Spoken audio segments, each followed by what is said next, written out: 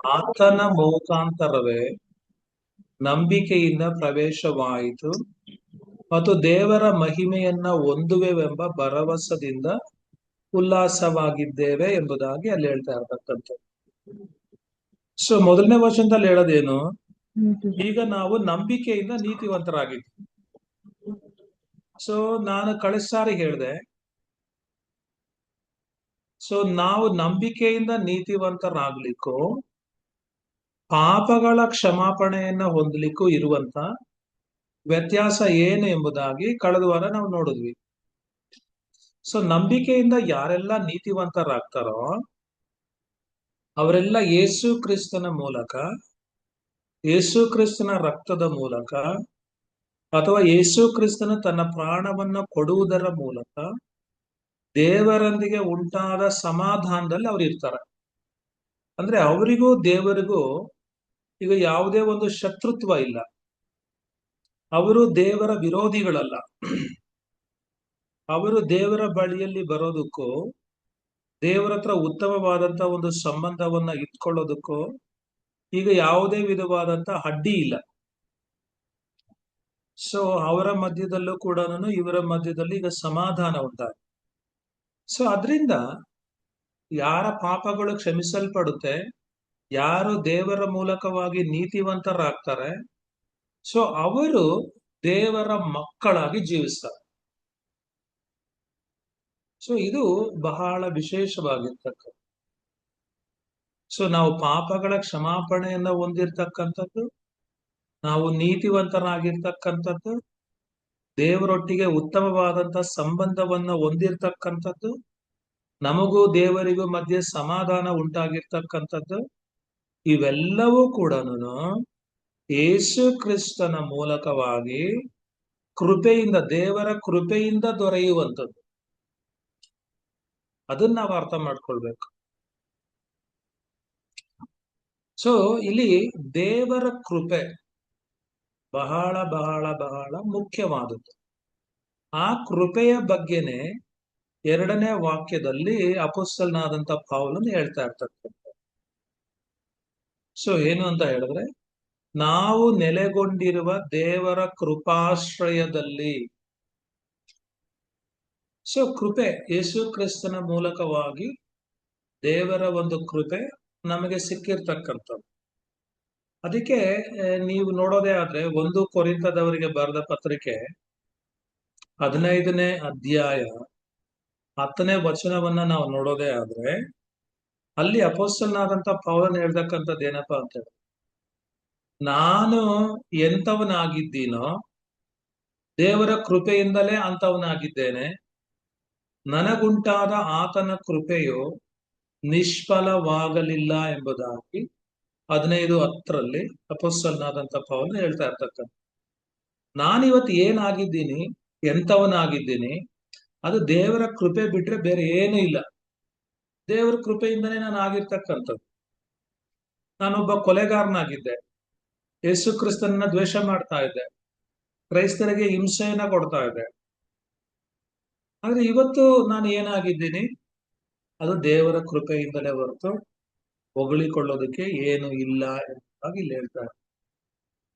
ಅದೇ ರೀತಿ ಇವತ್ತು ನಾವು ಏನಾಗಿದ್ದೀವಿ, ಇವತ್ತು ನಾವು ಏನೆಲ್ಲ ಆಶೀರ್ವಾದಗಳನ್ನ ನಾವು ಅನುಭವಿಸ್ತಾ ಇದ್ದೀವಿ, ಆ ಎಲ್ಲಾ ಆಶೀರ್ವಾದಗಳು ನಮಗೆ ಸಿಕ್ಕಿರ್ತಕ್ಕಂಥದ್ದು, ನಾವು ಈ ರೀತಿ ಆಗಿರ್ತಕ್ಕಂಥದ್ದು ದೇವರ ಕೃಪೆಯಿಂದನೇ ಹೊರತು ಬೇರೆ ಏನು ಅಲ್ಲ.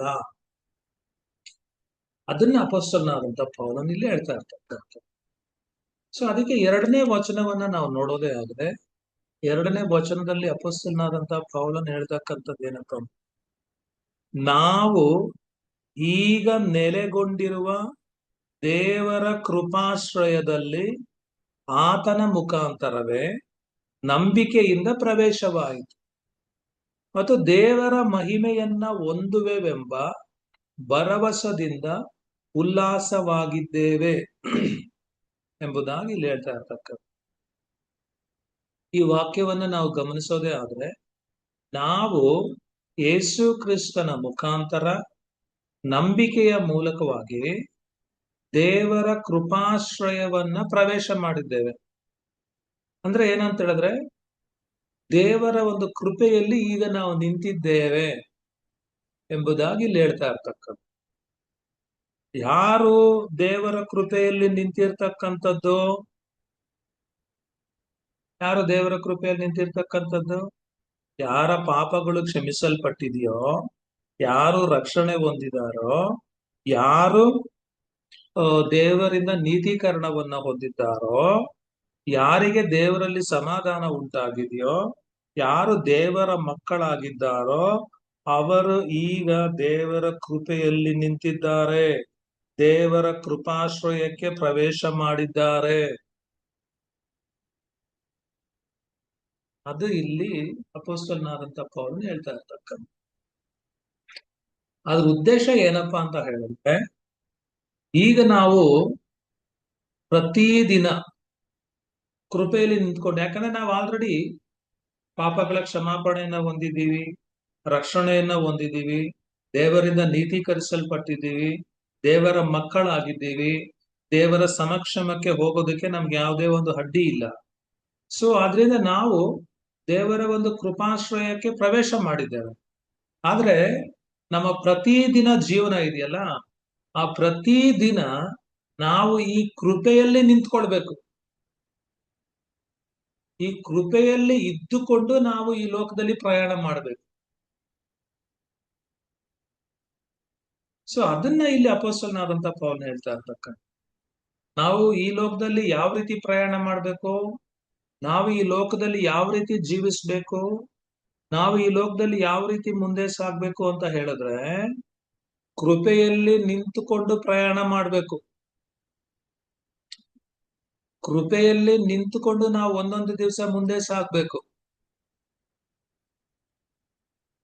ನಾವು ದೇವರ ಕೃಪೆಯಿಂದ ಅಗಲಿ ಹೋಗಿ ನಮ್ಮ ಈ ಲೋಕದ ಪ್ರಯಾಣವನ್ನ ಮಾಡಬಾರ್ದು.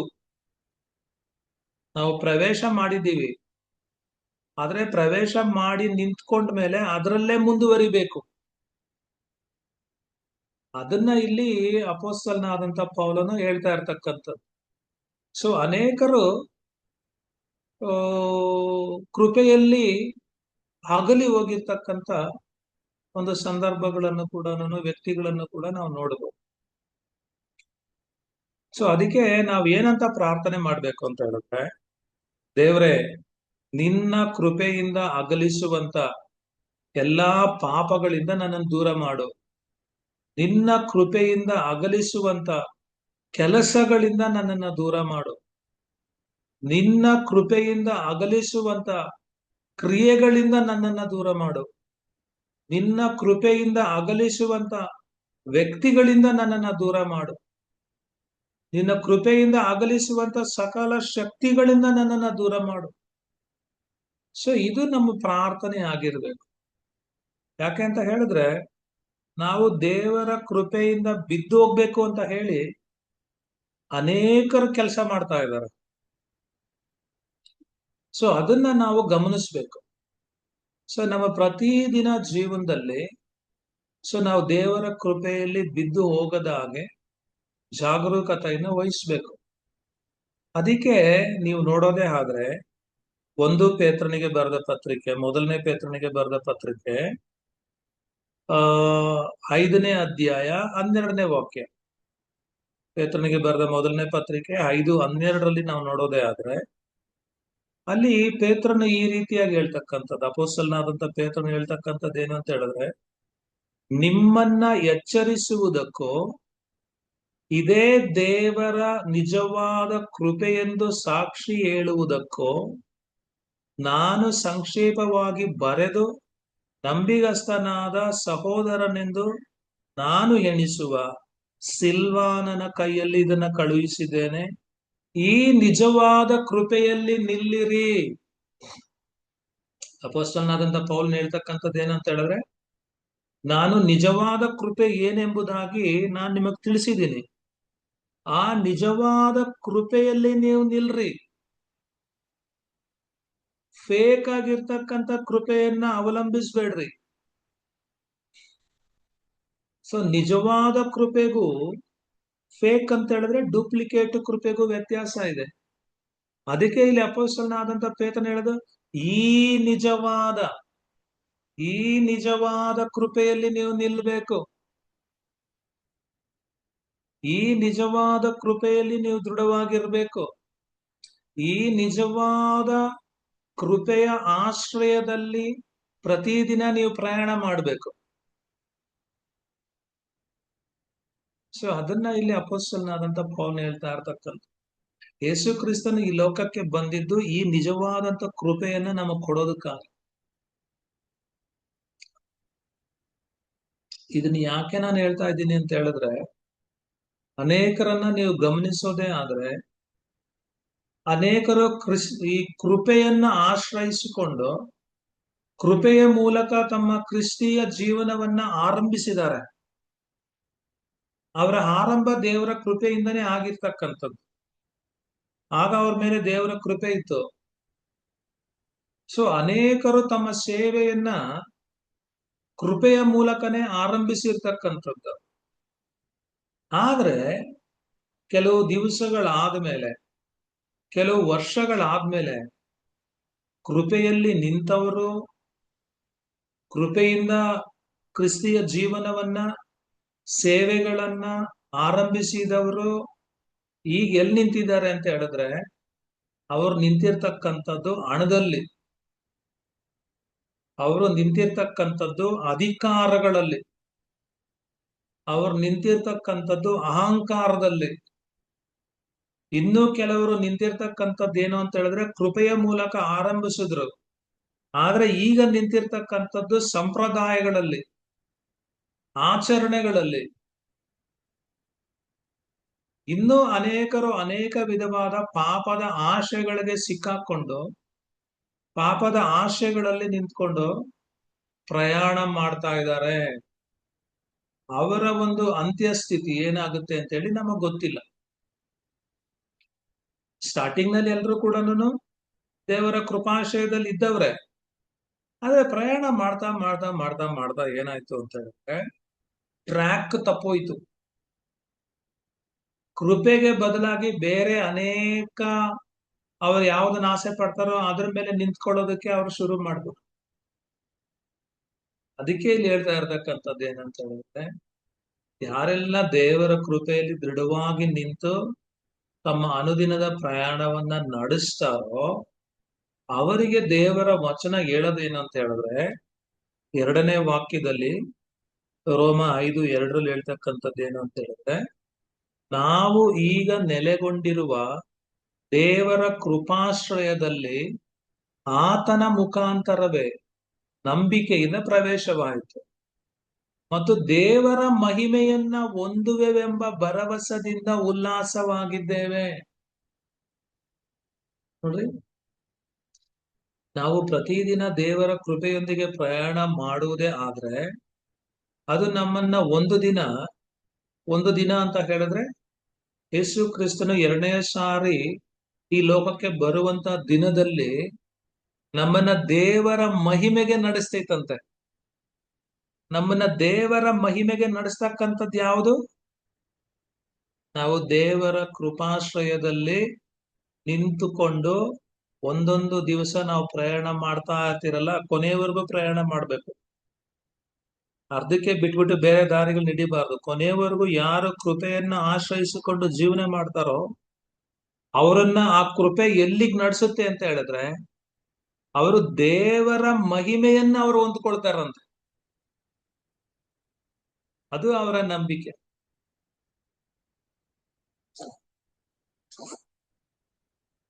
ಅಂದ್ರೆ ಏನು ಅಂತ ಹೇಳಿದ್ರೆ, ಯೇಸು ಕ್ರಿಸ್ತನು ಬರುವಂತ ದಿನದಲ್ಲಿ ಅದು ದೇವರ ಒಂದು ಮಹಿಮೆಗೆ ನಮ್ಮನ್ನ ನಡೆಸ್ತೈತೆ ಅಂತ ಹೇಳಿದ್ರೆ, ದೇವರು ಎಷ್ಟು ಮಹಿಮೆಯುಳ್ಳವನಾಗಿದ್ದಾನೋ ಅದೇ ಮಹಿಮೆಯನ್ನ ನಮಗೂ ಕೂಡ ಕೊಡ್ತಾನೆ. ನಮ್ಮ ದೇವರು ಮಹಿಮೆಯುಳ್ಳಂತ ದೇವರು. ಅದಕ್ಕೆ ಇಂಗ್ಲಿಷಲ್ಲಿ ಹೇಳ್ತಕ್ಕಂಥದ್ದು ಏನು ಅಂತ ಹೇಳಿದ್ರೆ, ಗ್ಲೋರಿಯಸ್ ಗಾಡ್ ಅಂತ. ಸೊ ಈ ಮಹಿಮೆಯುಳ್ಳ ದೇವರು ತನ್ನ ಅದೇ ಮಹಿಮೆಯನ್ನ ನಮಗೆ ಕೊಟ್ಟು ಅದೇ ಮಹಿಮೆಯಲ್ಲಿ ನಮ್ಮನ್ನ ನಡೆಸ್ತಾನ. ನೋಡ್ರಿ, ಸೊ ಅದು ನಮ್ಮ ನಂಬಿಕೆ, ಅದು ನಮ್ಮ ಭರವಸೆ. ಬೈಬಲ್ ಹೇಳೋದೇನು ಅಂತ ಹೇಳಿದ್ರೆ, ರೋಮಪುರದವರಿಗೆ ಬರೆದ ಪತ್ರಿಕೆ ಹೇಳೋದೇನು ಅಂತ ಹೇಳಿದ್ರೆ, ಎಲ್ಲರೂ ಪಾಪ ಮಾಡಿ ದೇವರ ಮಹಿಮೆಯನ್ನ ಕಳಕೊಂಡವರಾಗಿದ್ದಾರೆ ಅಂತ ಹೇಳಿ. ಸೊ ಮನುಷ್ಯರು ಪಾಪ ಮಾಡೋದ್ರ ಮೂಲಕ ಆ ದೇವರ ಮಹಿಮೆಯನ್ನ ಕಳ್ಕೊಂಡ್ರು. ಆದ್ರೆ ದೇವರ ಮಹಿಮೆಯನ್ನ ಕಳ್ಕೊಂಡು ಜೀವಿಸ್ತಾ ಇರ್ತಕ್ಕಂಥವರಿಗೆ ದೇವರು ಮತ್ತೆ ತನ್ನ ಒಂದು ಮಹಿಮೆಯನ್ನ ಅವರಿಗೆ ಕೊಡಬೇಕು, ತನ್ನ ಒಂದು ಮಹಿಮೆಯಿಂದ ಈ ಮನುಷ್ಯರನ್ನ ಅಲಂಕರಿಸಬೇಕು, ನನ್ನ ಹಾಗೆಯೇ ನನ್ನ ಮಕ್ಕಳು ಕೂಡ ಮಹಿಮೆಯಿಂದ ಇರಬೇಕೆಂಬತಕ್ಕಂತ ಒಂದು ಮಹದಾಸೆ ದೇವರಲ್ಲಿದೆ. ಆ ಆಸೆ ಯಾವಾಗ ನೆರವೇರುತ್ತೆ ಅಂತ ಹೇಳಿದ್ರೆ, ಯೇಸು ಕ್ರಿಸ್ತನ ಬರುವಾಗ ನೆರವೇರುತ್ತೆ. ಸೊ ಇದು ನಮ್ಮ ಭರವಸೆ, ನಮ್ದು ಒಂದು ಹೋಪ್. ಏನು? ದೇವರು ಯಾರನ್ನ ಕರೆದನು, ಅವರ ಪಾಪಗಳನ್ನ ಕ್ಷಮಿಸಿದನು, ಅವರನ್ನ ರಕ್ಷಿಸಿದನು, ಅವರನ್ನ ನೀತೀಕರಿಸಿದನು, ಇದ್ದಂತ ಶತ್ರುತ್ವವನ್ನ ನಾಶ ಮಾಡಿ ಸಮಾಧಾನವನ್ನ ಉಂಟು ಮಾಡಿದನು, ಅವರನ್ನ ದೇವರ ಮಕ್ಕಳನ್ನಾಗಿ ಮಾಡಿದನು.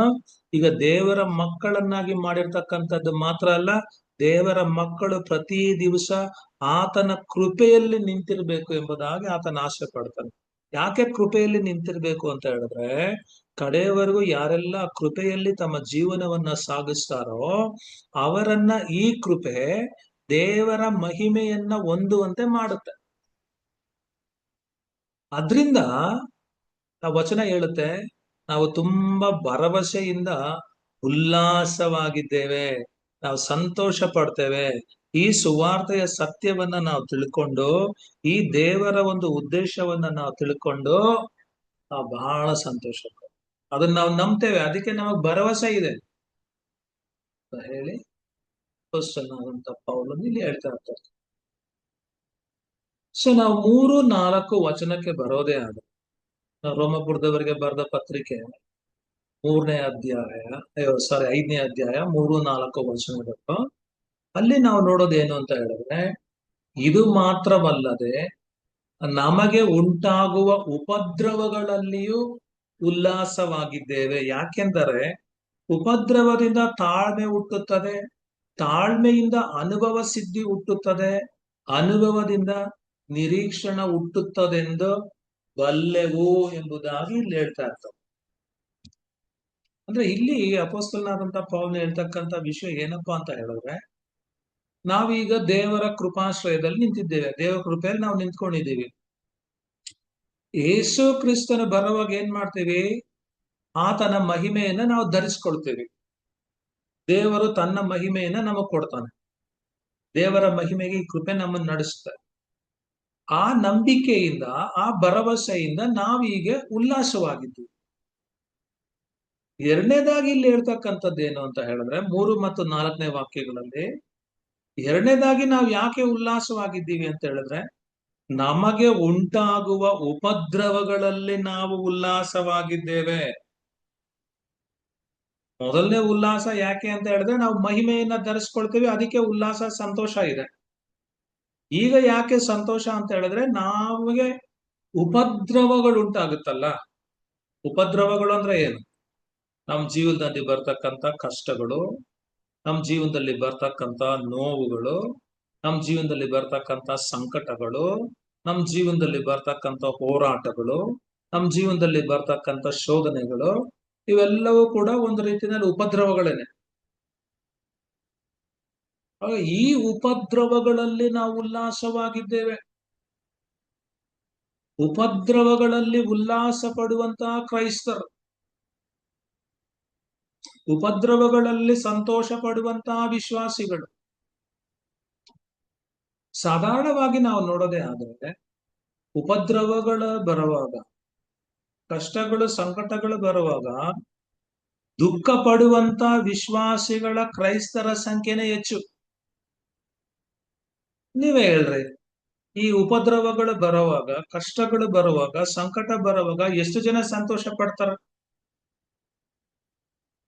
ಆದ್ರೆ ಇಲ್ಲಿ ಹೇಳ್ತಾ ಇರ್ತಕ್ಕಂಥದ್ದು ಏನು ಅಂತ ಹೇಳಿದ್ರೆ, ಯಾರ ಬಗ್ಗೆ ಹೇಳ್ತಾ ಇರ್ತಕ್ಕಂಥದ್ದು?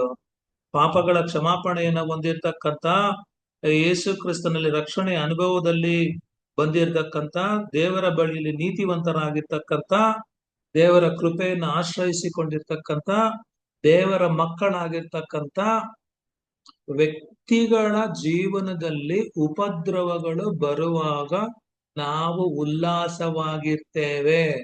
ನಾವು ಇತರರಂತೆ ದುಃಖ ಪಡುವವರಲ್ಲ ಎಂಬುದಾಗಿ ಇಲ್ಲಿ ಹೇಳ್ತಾ ಇರ್ತಕ್ಕಂಥ. ಯಾಕೆ ಇವರು ಉಲ್ಲಾಸ ಪಡ್ತಕ್ಕಂಥದ್ದು? ಯಾಕೆ ಇವರು ಉಪದ್ರವಗಳಲ್ಲಿ, ಕಷ್ಟಗಳಲ್ಲಿ, ಸಂಕಟಗಳಲ್ಲಿ ಸಂತೋಷ ಪಡ್ತಕ್ಕಂಥದ್ದು? ಯಾಕೆ ಇವರು ದುಃಖ ಪಡೋದಿಲ್ಲ? ಯಾಕೆ ಅಂತ ಹೇಳಿದ್ರೆ, ಈಗ ಅವ್ರ ದೇವರ ಮಕ್ಕಳಾಗಿದ್ದಾನೆ, ಅವರ ತಂದೆಯಾಗಿದ್ದಾನೆ, ದೇವರ ಕೃಪೆ ಅವ್ರ ಮೇಲೆ ಇದೆ, ದೇವರ ಕೃಪೆಯಲ್ಲಿ ನಿಂತ್ಕೊಂಡಿದ್ದಾರೆ. ಅದರಿಂದ ಇವಾಗೇನು ಉಪದ್ರವಗಳು ಬರುತ್ತಾ ಬರ್ಲಿ, ನಾವು ಉಲ್ಲಾಸವಾಗಿರ್ತೀವಿ. ಯಾಕೆ ಅಂತ ಹೇಳಿದ್ರೆ, ನಮ್ಮ ಜೀವನದಲ್ಲಿ ಬರುವಂತ ಸಕಲ ಕಾರ್ಯಗಳನ್ನ ನೋಡಿಕೊಳ್ಳೋದಕ್ಕೆ ಈಗ ತಂದೆಯಾದಂತ ದೇವರು ಪರಲೋಕದಲ್ಲಿದ್ದಾನೆ. ನಾವು ಆತನ ಮಕ್ಕಳಾಗಿದ್ದೀವಿ. ಎರಡನೇದಾಗಿ, ಈ ಪರಲೋಕದಲ್ಲಿರ್ತಕ್ಕಂತ ತಂದೆ ಸಕಲ ಕಾರ್ಯಗಳನ್ನ ನಿಯಂತ್ರಿಸುವಂತ, ಕಂಟ್ರೋಲ್ ಮಾಡುವಂತ ದೇವರಾಗಿದ್ದಾನೆ. ಆತನ ಕಂಟ್ರೋಲ್ ಮೀರಿ ಯಾವುದು ನನ್ನ ಜೀವನದಲ್ಲಿ ನಡೆಯೋದಿಲ್ಲ. ಆತನ ಅನುಮತಿ ಇಲ್ಲದೆ ಯಾವ ಉಪದ್ರವವು ನನ್ನ ಗೂಡಾರಕ್ಕೆ ಬರುವುದಿಲ್ಲ. ಆದ್ರಿಂದ ನಾನು ಸಂತೋಷ ಪಡ್ತೀನಿ. ಉಪದ್ರವಗಳಲ್ಲಿ ನಾನು ಒಂಟಿ ಅಲ್ಲ. ಉಪದ್ರವಗಳಲ್ಲಿ ನಾನ್ ಮಾತ್ರ ಅಲ್ಲ ಕಷ್ಟ ಪಡ್ತಕ್ಕಂಥದ್ದು, ನನ್ನ ತಂದೆ ಕೂಡ ನನ್ನ ಜೊತೆನಲ್ಲಿ ಇದ್ದಾನೆ. ಅದು ನಂಬಿಕೆ, ಅದು ವಿಶ್ವಾಸ, ಅದು ಭರವಸೆ. ಸೊ ದೇವರ ಕೃಪಾಶ್ರಯದಲ್ಲಿ ಇರ್ತಕ್ಕಂಥ ನನ್ನ ಜೀವನದಲ್ಲಿ ಉಪದ್ರವ ಏನಾದ್ರೂ ಬರೋದೇ ಆದ್ರೆ, ಕಷ್ಟಗಳು ಬರೋದೇ ಆದ್ರೆ, ದುಃಖಗಳು ಬರೋದೇ ಆದ್ರೆ, ಹೋರಾಟ ಬರೋದೇ ಆದ್ರೆ, ಶೋಧನೆಗಳು ಬರೋದೇ ಆದ್ರೆ, ಅದಕ್ಕೆ ದೇವರು ಅನುಮತಿಯನ್ನ ಕೊಟ್ಟಿದ್ದಾನೆ. ಅನುಮತಿ ಕೊಟ್ರೇನೆ ಅವೆಲ್ಲ ನನ್ನನ್ನ ಸಂಧಿಸ್ತಕ್ಕಂಥದ್ದು. ದೇವರ ಅನುಮತಿಯನ್ನ ಕೊಟ್ಟಿರೋದೇ ಆದ್ರೆ ಅದು ನನ್ನ ಒಳ್ಳೇದಕ್ಕಾಗಿನೇ ಹೊರತು ಕೆಟ್ಟದಕ್ಕಾಗಿ ಅಲ್ಲ. ಉಪದ್ರವಗಳಾಗಿರ್ಬೋದು, ಕಷ್ಟಗಳಾಗಿರ್ಬೋದು, ಸಂಕಟಗಳಾಗಿರ್ಬೋದು, ಅದರಿಂದ ನನಗೆ ಒಳ್ಳೇದಾಗುತ್ತೆ ಹೊರತು ಕೆಟ್ಟದ್ದೇನೂ ಆಗಲ್ಲ. ನನಗೆ ಒಳ್ಳೇದಾಗೋದಕ್ಕಾಗಿನೇ ನನ್ನ ಜೀವನದಲ್ಲಿ ನನ್ನ ತಂದೆ ಇದನ್ನೆಲ್ಲ ಅನುಮತಿಸಿರ್ತಕ್ಕಂಥದ್ದು, ಪರ್ಮಿಷನ್ ಕೊಟ್ಟಿರ್ತಕ್ಕಂಥದ್ದು. ಆತನ ಪರ್ಮಿಷನ್ ಕೊಡ್ದಿರ ನನ್ನ ಜೀವನದಲ್ಲಿ ಒಂದು ಬರಲ್ಲ. ಅದಕ್ಕೆ ನಾನು ಸಂತೋಷ ಪಡ್ತೀನಿ, ಅದಕ್ಕೆ ನಾನು ಉಲ್ಲಾಸವಾಗಿದ್ದೀನಿ. ನಿಜವಾಗಿ ರಕ್ಷಣೆ ಹೊಂದಿದಂತ ಕ್ರೈಸ್ತರ ಒಂದು ಆಟಿಟ್ಯೂಡ್ ನಾವಿಲ್ಲಿ ನೋಡ್ಬೋದು. ಸೊ ಉಪದ್ರವಗಳಿಂದ ನಮ್ಗೇನಪ್ಪ ಒಳ್ಳೇದಾಗುತ್ತೆ ಅಂತ ಕೇಳೋದೇ ಆದ್ರೆ, ಆ ಒಳ್ಳೇದನ್ನೇ ಈ 4ನೇ ವಚನದಲ್ಲಿ ಅಪೊಸ್ತಲನಾದಂತ ಪೌಲನು ಹೇಳ್ತಾ ಇರ್ತಕ್ಕಂಥದ್ದು. ಉಪದ್ರವಗಳಲ್ಲಿ ನಾವು ಉಲ್ಲಾಸವಾಗಿದ್ದೇವೆ. ಯಾಕೆ ಅಂತ ಹೇಳಿದ್ರೆ, ದೇವ್ರ ಚಿತ್ತ ಇಲ್ಲದೆ ಅವೇನು ನಮ್ಮ ಹತ್ರ ಬರಲ್ಲ. ಒಂದ್ ವೇಳೆ ದೇವ್ರ ಅನುಮತಿ ಕೊಟ್ಟಿದ್ದಾರೆ ಅಂತ ಹೇಳಿದ್ರೆ ತುಂಬಾ ಸಂತೋಷ. ಯಾಕೆ ಅಂತ ಹೇಳಿದ್ರೆ, ಆ ಉಪದ್ರವಗಳ ಮೂಲಕ ನಮ್ಗೆ ಒಳ್ಳೇದೇ ಆಗುತ್ತೆ. ಏನು ಒಳ್ಳೇದು? 4ನೇ ವಚನವನ್ನ ನೋಡಿ. 4ನೇ ವಚನದಲ್ಲಿ ಹೇಳೋದೇನು ಅಂತ ಹೇಳಿದ್ರೆ, ಇದು ಮಾತ್ರವಲ್ಲದೆ ನಮಗೆ ಉಂಟಾಗುವ ಉಪದ್ರವಗಳಲ್ಲಿಯೂ ಉಲ್ಲಾಸವಾಗಿದ್ದೇವೆ. ಯಾಕೆಂದರೆ ಉಪದ್ರವದಿಂದ ತಾಳ್ಮೆ ಹುಟ್ಟುತ್ತದೆ, ತಾಳ್ಮೆಯಿಂದ ಅನುಭವ ಸಿದ್ಧಿ ಹುಟ್ಟುತ್ತದೆ, ಅನುಭವದಿಂದ ನಿರೀಕ್ಷಣ ಹುಟ್ಟುತ್ತದೆಂದು ಬಲ್ಲೆವೋ. ಉಪದ್ರವದಿಂದ ಏನ್ ಪ್ರಯೋಜನ? ಕಷ್ಟಗಳಿಂದ ಏನ್ ಪ್ರಯೋಜನ? ಸಂಕಟಗಳನ್ನ ನಮ್ಮ ಜೀವನದಲ್ಲಿ ಬರೋದಕ್ಕೆ ದೇವ್ರು ಯಾಕೆ ಅನುಮತಿ ಕೊಡ್ತಾನೆ? ಶೋಧನೆಗಳು, ಹೋರಾಟಗಳು ಬಂದಾಗ ನಮ್ಮ ಜೀವನದಲ್ಲಿ ನಮಗೆ ಏನ್ ಲಾಭ ಆಗುತ್ತೆ ನೋಡ್ರಿ. ಅದನ್ನ ಈ ವಾಕ್ಯದಲ್ಲಿ ಹೇಳ್ತಾರೆ. ಏನು ಅಂತ ಹೇಳಿದ್ರೆ, ಅವು ನಮ್ಮ ಒಂದು ಕ್ಯಾರೆಕ್ಟರ್ ಅನ್ನ ಫಾರ್ಮ್ ಮಾಡುತ್ತೆ. ನಮ್ಮ ಒಂದು ಕ್ಯಾರೆಕ್ಟರ್ ಫಾರ್ಮೇಶನ್ಗೋಸ್ಕರನೇ ದೇವರು ಇದನ್ನ ಅನುಮತಿಸಿರ್ತಕ್ಕಂಥದ್ದು.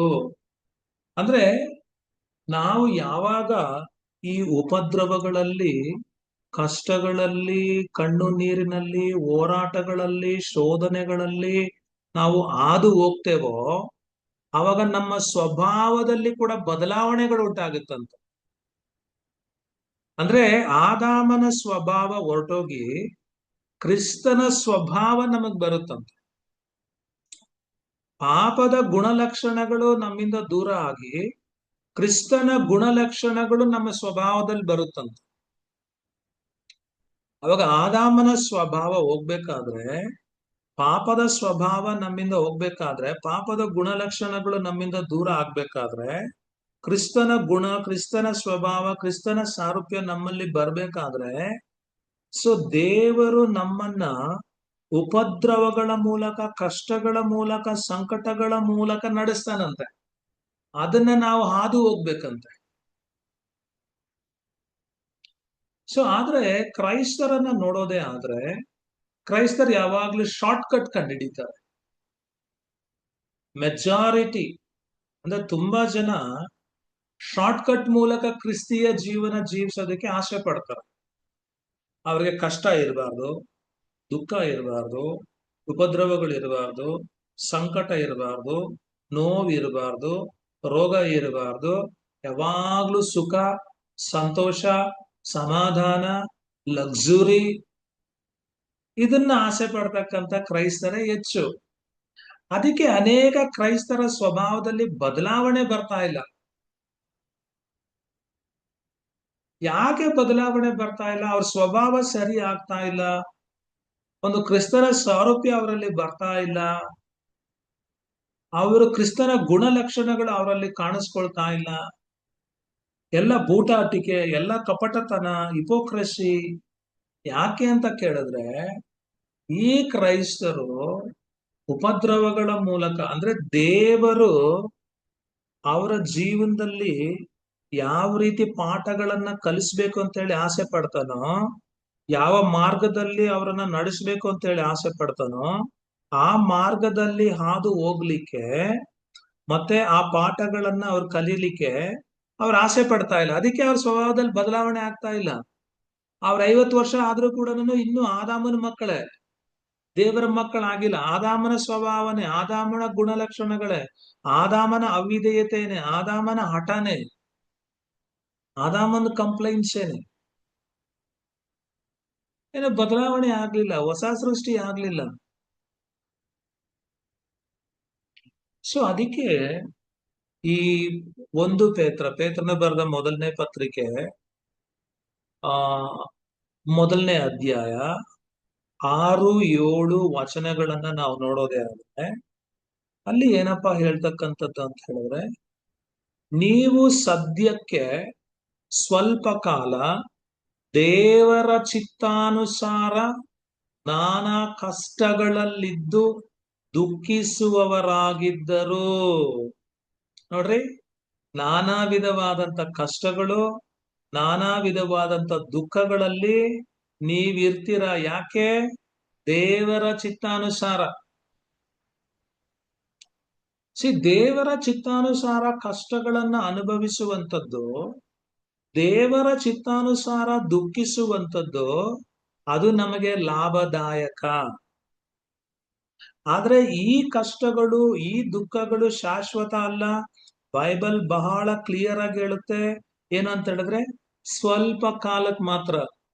ನೀವು ಸದ್ಯಕ್ಕೆ ಸ್ವಲ್ಪ ಕಾಲ ದೇವರ ಚಿತ್ತಾನುಸಾರ ನಾನಾ ಕಷ್ಟಗಳಲ್ಲಿದ್ದು ದುಃಖಿಸುವವರಾಗಿದ್ದರೂ ಏನಂತೆ, ಆ ಪದವಿಯನ್ನ ಆಲೋಚಿಸಿ ಹರ್ಷಿಸುವವರಾಗಿದ್ದೀರಿ.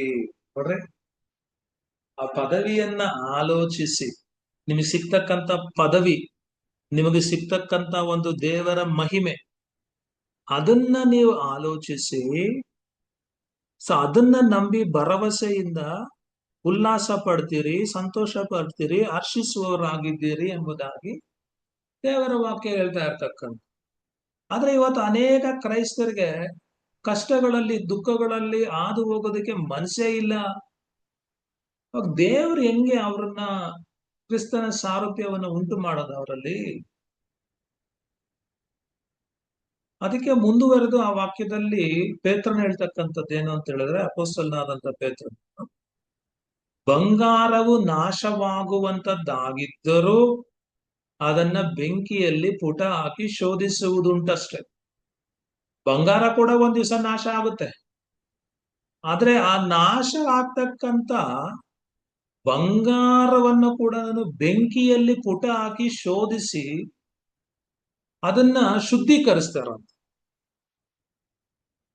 ನಾಶವಾಗುವಂತ ಬಂಗಾರವನ್ನೇ ಬೆಂಕಿಯಲ್ಲಿ ಪುಟ ಹಾಕಿ ಶೋಧಿಸಿ ಶುದ್ಧೀಕರಿಸೋದೇ ಆದ್ರೆ, ಬಂಗಾರಕ್ಕಿಂತ ಅಮೂಲ್ಯವಾಗಿರುವ ನಿಮ್ಮ ನಂಬಿಕೆ ನೋಡ್ರಿ, ಅವಾಗ ಈ ನಾನಾ ವಿಧವಾದಂತ ಕಷ್ಟಗಳು, ನಾನಾ ವಿಧವಾದಂತ ದುಃಖಗಳು ಯಾರಲ್ಲಿ ಬರುತ್ತೆ? ಈ ನಾನಾ ವಿಧವಾದಂತ ಕಷ್ಟಗಳು, ನಾನಾ ವಿಧವಾದಂತ ದುಃಖಗಳು ನಂಬಿಕೆ ಇರ್ತಕ್ಕಂಥವ್ರಿಗೆ ಮಾತ್ರನೇ ಬರೋದು. ಅದೇ ಇಲ್ಲಿ ಹೇಳ್ತಾ ಇರ್ತಕ್ಕಂಥದ್ದು, ಬಂಗಾರಕ್ಕಿಂತ ಅಮೂಲ್ಯವಾಗಿರುವ ನಿಮ್ಮ ನಂಬಿಕೆಯು ಈ ಕಷ್ಟಗಳಿಂದ ಶೋಧಿತವಾಗ್ಬೇಕು. ಅವಾಗ ನಾವು ಈ ನಾಶ ಆಗ್ತಕ್ಕಂತ ಚಿನ್ನನೇ ನಾವು ಬೆಂಕಿಯಲ್ಲಿ ಪುಟ ಹಾಕೋದೇ ಆದ್ರೆ, ಬಂಗಾರಕ್ಕಿಂತಲೂ ಅಮೂಲ್ಯವಾಗಿರ್ತಕ್ಕಂಥ ನಾಶವಾಗದೇ ಇರ್ತಕ್ಕಂಥ ನಮ್ಮ ನಂಬಿಕೆ ಇದೆಯಲ್ಲ, ಅದನ್ನು ಕೂಡ ಪುಟಕ್ಕೆ ಹಾಕಿ ಶುದ್ಧೀಕರಿಸ್ಬೇಕಲ್ವಾ? ಆ ನಂಬಿಕೆ ಎಂಬ ಬಂಗಾರಕ್ಕೆ ಶುದ್ಧೀಕರಣ ಸಿಕ್ಕಿದ್ರೆ ಮಾತ್ರನೇ ಅದಕ್ಕೆ ಬೆಲೆ. ಈ ಬಂಗಾರ ಮಣ್ಣಲ್ಲಿ ಬೆರ್ಕೊಂಡಿದ್ರೆ ಅದಕ್ಕೇನ್ ಬೆಲೆ ಇಲ್ಲ, ಎಲ್ಲ ತುಳಿದಾಕ್ಬಿಡ್ತಾರೆ. ಅವಾಗ ಒಬ್ಬ ಮನುಷ್ಯನ ನಂಬಿಕೆಗೆ ಬೆಲೆ ಬರ್ಬೇಕಾದ್ರೆ, ಸೊ ಅದರ ಒಂದು ವ್ಯಾಲ್ಯೂ ಜಾಸ್ತಿ ಆಗ್ಬೇಕಾದ್ರೆ, ದೇವರ ಚಿತ್ತಾನುಸಾರವಾಗಿ ಕಷ್ಟಗಳನ್ನ ದುಃಖಗಳನ್ನ ಅನುಭವಿಸ್ಬೇಕು. ಕಷ್ಟಗಳಲ್ಲಿ ದುಃಖಗಳಲ್ಲಿ ಹಾದು ಹೋಗುವಾಗ್ಲೇನೆ ನಮ್ಮ ನಿಜವಾದಂತ ನಂಬಿಕೆ ಏನು ಅಂತ ಹೇಳಿ ಗೊತ್ತಾಗ್ತಕ್ಕಂಥದ್ದು. ಆ ನಿಜವಾದಂತ ನಂಬಿಕೆಯಲ್ಲಿ ಬದಲಾವಣೆಗಳು ಬರ್ತಕ್ಕಂಥ. ಅದಕ್ಕೆ ನೋಡ್ರಿ, ಯಾರು ಹೆಚ್ಚು ಕಷ್ಟಪಟ್ಟಿರ್ತಾರೋ ಅವ್ರ ಸ್ವಭಾವನೇ ಬೇರೆ, ಅವ್ರು ಮಾತಾಡೋದೇ ಬೇರೆ, ಅವ್ರ ತಾಳ್ಮೆನೇ ಬೇರೆ, ಅವ್ರ ಪ್ರೀತಿನೇ ಬೇರೆ. ಆದ್ರೆ ಯಾರು ಹೆಚ್ಚು ಕಷ್ಟಗಳಲ್ಲಿ ಹೋಗದಿರ ಸುಖವಾಗಿ ಬೆಳ್ಕೊಂಡು ಬಂದ್ಬಿಟ್ಟಿರ್ತಾರೋ ಅವ್ರ ಜೀವನ ಶೈಲಿ ಸ್ವಭಾವಗಳು ಎಲ್ಲ ಬೇರೆ ಬೇರೆ. ಯಾರೆಲ್ಲನೂ ದೇವರ ಚಿತ್ತಾನುಸಾರವಾಗಿರ್ತಕ್ಕಂಥ ದುಃಖಗಳನ್ನ ಕಷ್ಟಗಳನ್ನ ಅನುಭವಿಸದೆ ಶಾರ್ಟ್ ಕಟ್ ಅಲ್ಲಿ ಹೋಗಿ ಕ್ರೈಸ್ತರಾಗಿ ಜೀವಿಸ್ತಾ ಇರ್ತಾರಲ್ಲ, ಅವ್ರ ಸ್ವಭಾವ, ಅವ್ರ ಗುಣಲಕ್ಷಣಗಳು, ಅವ್ರ ಮಾತುಗಳು, ಅವ್ರ ಕ್ಯಾರೆಕ್ಟರೇ ಬೇರೆ. ನಿಜವಾದಂತ ಕ್ರೈಸ್ತರಿಗೆ ಇವ್ರಿಗೆ ಅಡ್ಜಸ್ಟೇ ಆಗೋದಿಲ್ಲ, ಅವ್ರು ಸೇರೋದೇ ಇಲ್ಲ, ಇಷ್ಟಪಡೋದಿಲ್ಲ. ಅವ್ರು ಕೇಳ್ತಾರೆ ಇವರೇನಾ ಕ್ರೈಸ್ತರು ಅಂತ ಹೇಳಿ. ಯಾಕೆ ಅಂತ ಹೇಳಿದ್ರೆ, ದೇವರು ಇಷ್ಟಪಡ್ತಕ್ಕಂಥ ಟ್ರೈನಿಂಗ್ಗೆ ತಮ್ಮನ್ನ ತಾವು ಬಿಟ್ಕೊಟ್ಟಿಲ್ಲ, ಆ ಟ್ರೈನಿಂಗ್ ಅನ್ನ ಅವ್ರು ಪಡ್ಕೊಂಡಿಲ್ಲ, ಆ ಸ್ಕೂಲ್ ನಲ್ಲಿ ಅವ್ರು ಓದಿಲ್ಲ. ಅದಕ್ಕೆ ಅವ್ರ ಕ್ಯಾರೆಕ್ಟರ್ ಅವತ್ತು ಹೆಂಗಿತ್ತೋ ಇವತ್ತು ಹಂಗೆ ಇದೆ. ಯೇಸು ಕ್ರಿಸ್ತನ್ ಬರೋರ್ಗು ಹಂಗೆ ಇರುತ್ತೆ, ಯಾವುದೇ ಒಂದು ನಿರೀಕ್ಷೆ ಇಲ್ಲ, ಏನು ಪ್ರಯೋಜನ ಇಲ್ಲ. ಸೊ ಅದನ್ನ ಇಲ್ಲಿ ಅಪೊಸ್ತಲನಾದಂತ ಪೇತ್ರನು, ಅಪೊಸ್ತಲನಾದಂತ ಪೌಲನು ಇಲ್ಲಿ ಹೇಳ್ತಾ ಇರ್ತಕ್ಕಂಥ. ಸೊ ನೀವು ಅಪೊಸ್ತಲರನ್ನ ನೀವು ನೋಡೋದೇ ಆದ್ರೆ, ಅವರು ವಿಶ್ವಾಸಿಗಳನ್ನ ಯಾವ ತರ ದೃಢಪಡಿಸ್ತಾ ಇದ್ರು ಗೊತ್ತಾ? ನಂಬಿಕೆಯಲ್ಲಿ. ಸೊ ನೀವೇನು ಯೋಚನೆ ಮಾಡ್ಬೇಡ್ರಿ, ಯೇಸು ಕ್ರಿಸ್ತನ್ ನಂಬ್ಕೊಂಡ್ರೆ ನಿಮ್ ಕಷ್ಟಗಳೆಲ್ಲ ಮಾಯ ಆಗ್ಬಿಡ್ತೈತೆ ಅಂತ ಹೇಳಿ ಅವ್ರು ಯಾವತ್ತೂ ಹೇಳಿ. ಅವರು ಒಂದೊಂದು ಊರಿಗೆ ಹೋದ್ರುನು ವಿಶ್ವಾಸಿಗಳನ್ನ ಯಾವ ತರ ದೃಢಪಡಿಸ್ತಾ ಇದ್ರು ಅಂತ ಹೇಳಿದ್ರೆ, ನೀವು ಉದಾಹರಣೆಗೆ ಅಪೊಸ್ತಲರ ಕೃತ್ಯಗಳು 14ನೇ ಅಧ್ಯಾಯ 22ನೇ ವಚನವನ್ನ ನೋಡ್ರಿ. ಅಪೊಸ್ತಲರ ಕೃತ್ಯಗಳು 14:22.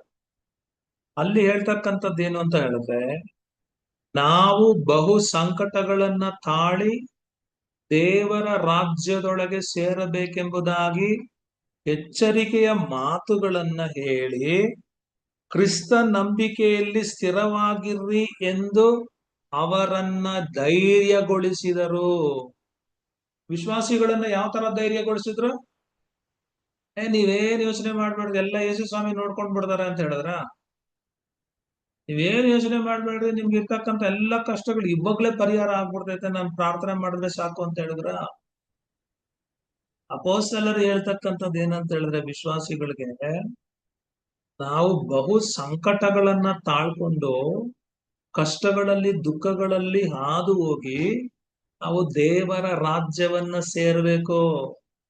ಕಷ್ಟಗಳಿಲ್ಲದೆ ಸಂಕಟಗಳಿಲ್ಲದೆ ಯಾರಾದ್ರೂ ದೇವರ ರಾಜ್ಯವನ್ನ ಸೇರ್ತೀರಿ ಅಂತ ಹೇಳಿದ್ರೆ ಅಡ್ಮಿಷನ್ ಇಲ್ಲ.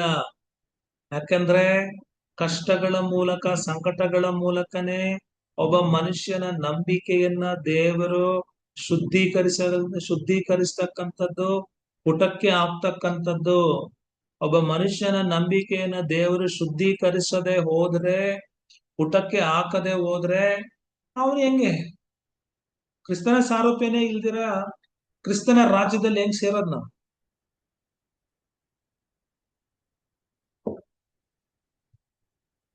ಸೊ ಇದು ಬಹಳ ಬಹಳ ಮುಖ್ಯ. ಅದನ್ನೇ ಅಪೊಸ್ತಲನಾದಂತ ಪೌಲನು ಈ ರೋಮಪುರದವರಿಗೆ ಬರೆದ ಪತ್ರಿಕೆಯಲ್ಲಿ ಹೇಳ್ತಾರೆ.